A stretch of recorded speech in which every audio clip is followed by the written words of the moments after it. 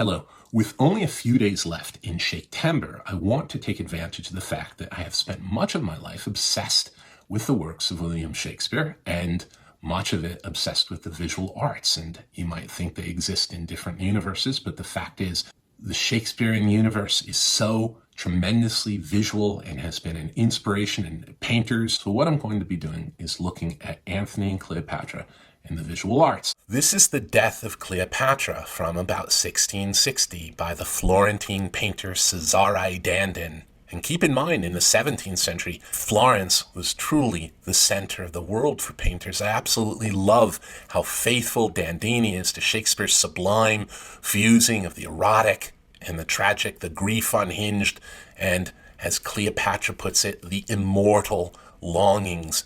Dandini's pure pathos and loss and anatomical details, Cleopatra's death, and yet the iconography isn't far from paintings of religious rapture. Shakespeare uses language that's so poetically transporting. Dandini uses an iconography of despair, usually reserved for Mary or for the saints. Her eyes rolled back in a sort of enraptured transport. I love the gesture of her hand, her fist tight around the snake, the details of the jewels, the extremely bright palette, perhaps most shockingly, the details of the snake and the bright crimson droplets of blood flowing over her pale breasts. William Shakespeare's death of Cleopatra is such a fiercely compressed mixing of the language of the erotic and the mystical sublime, and in Cleopatra's own words, immortal longings, and the realities of suicide by snake held against her breast, till in her words, thy sharp teeth this knot intrinsicate of life at once untie, and dost thou not see my baby at my breast that sucks the nurse asleep? And the erotic strain running through the grief and sadness is there from the moment the countryman wishes her all joy of the worm, and she playfully says, will it eat me? And he replies, a woman is a dish for the gods, and repeats, I wish you all joy of the worm. Give me my robe, put on my crown, I have immortal longings in me.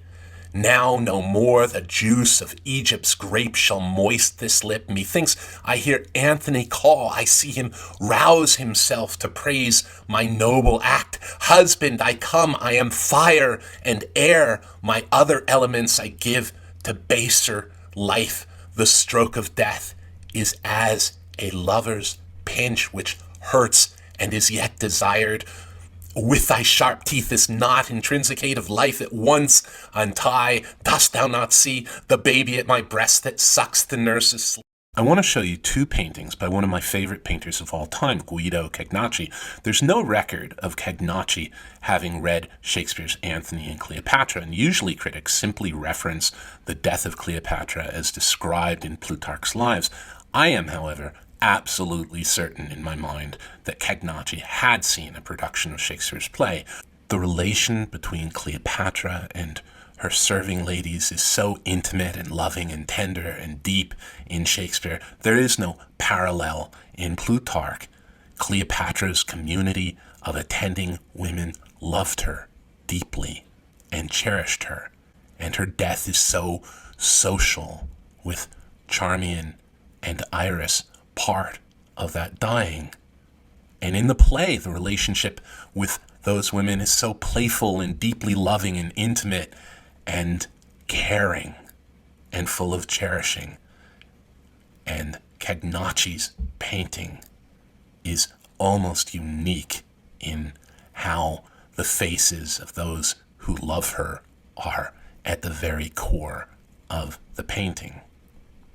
Right? The second Cagnacci is at the Metropolitan Museum of Art, and I remember staring at this painting as a child, so I probably have a half-century love affair with the painter and the model and the play and with Cleopatra.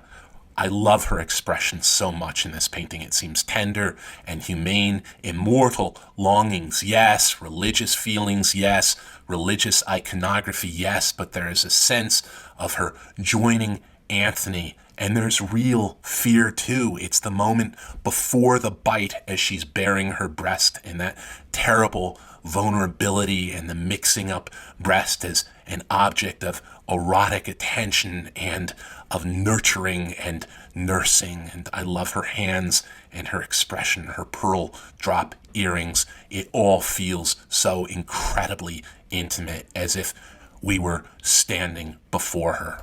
And then there is decadent Cleopatra. Every age remakes the plays and characters of Shakespeare in the image of that period's particular obsessions and fears and desires. And it never got more extreme than the fin de siècle, decadent, symbolist 1890s, which took complex women from Shakespeare as well as from mythology, history, and even the Bible, emphasizing or even projecting into them sexual allure, deviance, and general witchiness. Cleopatra in the 90s joined Salome, Circe, and Judith in the quartet of dangerous, witchy, but fabulously alluring femme fatales, and silent era Hollywood vamped up the trend with Theda Bara as Cleopatra in 1917.